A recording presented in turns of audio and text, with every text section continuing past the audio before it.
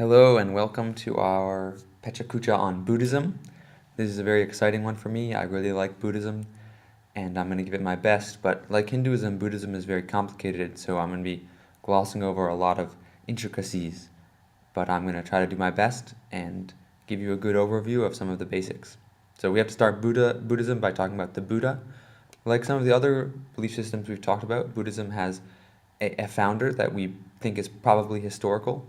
The Buddha was named Siddhartha Gautama and probably lived around the 5th century BCE and lived in an area near modern India, in Nepal probably, in a place called Lumbini.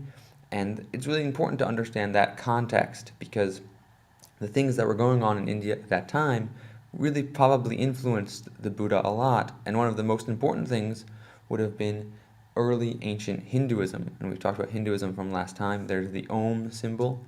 And since the Buddha came from a place, probably a small kingdom in that area, that would have been exposed to Hinduism, he definitely was aware of his Hindu cosmology, and in fact, in some ways, probably believed in that Hindu cosmology, and especially the idea of samsara, and this is that cycle of life and death, where you have a soul that moves forward into life and moves forward into death. And it's a slightly different in Buddhism, but it's really important to start out with Buddhism by recognizing that a lot of the key ideas, including samsara and dharma and karma, in different forms made their way into Buddhism.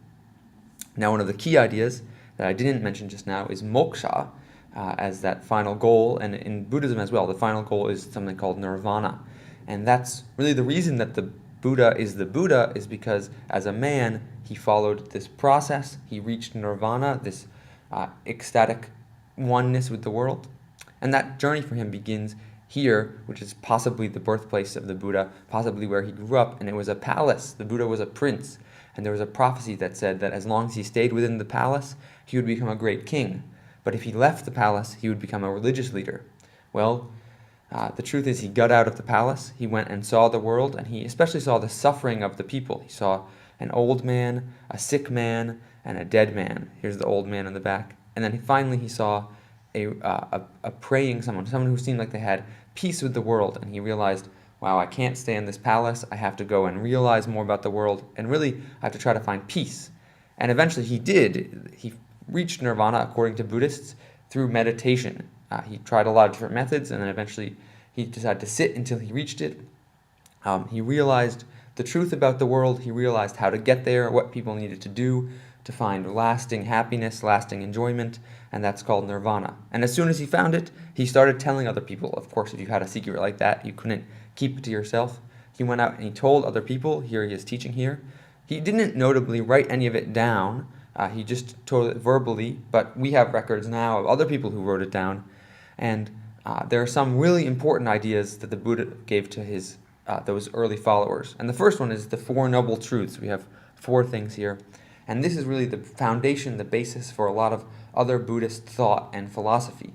And the Four Noble Truths, the first one, the most important one, the most common one, is that life is suffering, that the lives that we live in the world are filled with suffering. And that's what he saw.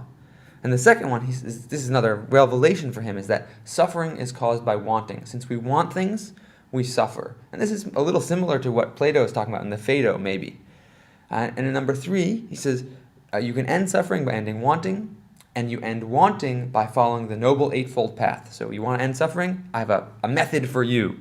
This is the Noble Eightfold Path. You can pause it if you want to look at each of the things, but they're actually not that mind-blowing in themselves. They're like, do the right things, say the right things, practice meditation, know the truth, resist evil. They're not especially amazing on their own, but he says if you do all those things, you can make progress. Now, this is a powerful idea, especially because it was not connected to the caste system in India. You didn't have to move up and become a Brahmin first. You could just follow the Eightfold Path, and you could become nirvana on your own. And so you can see on this map how Buddhism spread pretty quickly, well, not over the course of time. And actually, it spread mostly with the use of merchants. Merchants were really important in spreading Buddhism. You don't see big Buddhist armies. In fact, you don't see very many Buddhist empires for a long time. And as it spread, it really split into 2 big groups. And it's actually a lot more complicated than this, but basically we can say that the Buddhism that spread into China, Korea, Japan, Vietnam, and Cambodia is called Mahayana Buddhism, and that has its own key points that we're going to talk about in a second. And the Buddhism that spread into Sri Lanka, Burma, Thailand, Laos, that was called Theravada Buddhism.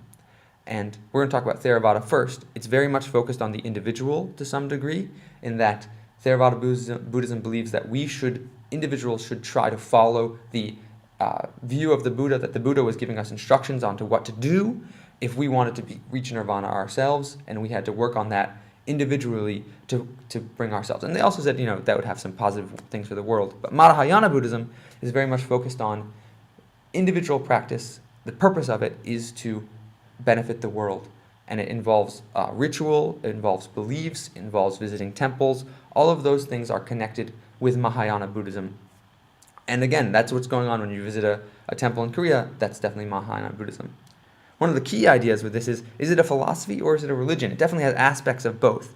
For a philosophy, it's logical, it's based on your experience, you can experience almost everything in Buddhism, and it's not really that much faith. You don't have to believe in a god. But on religious side, there's a lot of ritual, especially in Mahayana Buddhism, but definitely in Theravada Buddhism too.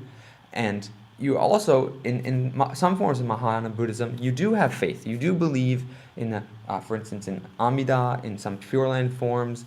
You might believe in Bodhisattvas, in other kinds of spirits. So there is some faith in Buddhism as well. And so that's a really interesting debate. Is Buddhism a philosophy? Should we put it with the Chinese and Greek philosophies? Or is it religion? Should we put it with Hinduism? Because obviously there are some big connections with Hinduism.